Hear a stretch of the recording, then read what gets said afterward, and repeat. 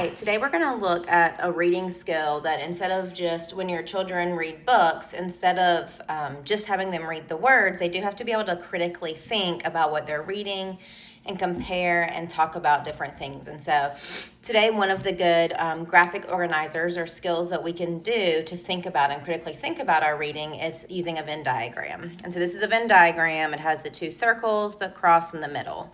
So you have one topic on one side, one topic on the other, and then you have both in the middle. And so I used, with my student, this book. Oh, that's the other one. Hold on. I used this book, Who Would Win? Hammerhead versus Bull Shark.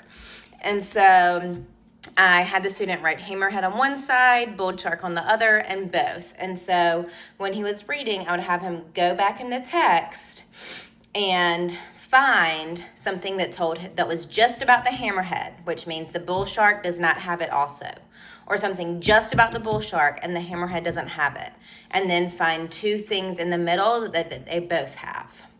And one thing you want to make sure you do, though, is you want to make sure that you're finding these answers in the text. And I have another example. I'm going to kind of talk to you about that a little bit. So this is one we did, and then the other one, like I said, the other book we did was we compared the Triceratops versus the Spinosaurus. And so here, I'm going to show you an example. So what we did is he has Triceratops, Spinosaurus, and then both in the middle. And so where you can see these are scratched out, he put they are both tall here.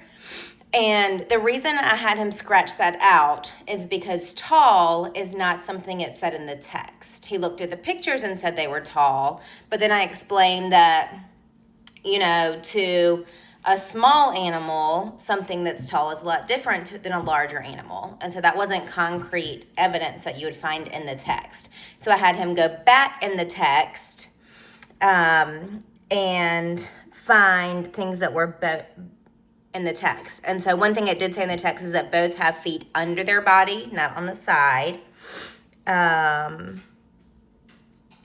So that's one example of where you kind of want to make sure that they find the information in the text. That's a big skill the students have to be able to do for evidence. So the Venn diagram is a great graphic organizer, like I said, to make them compare two things. You can also compare two characters in a book.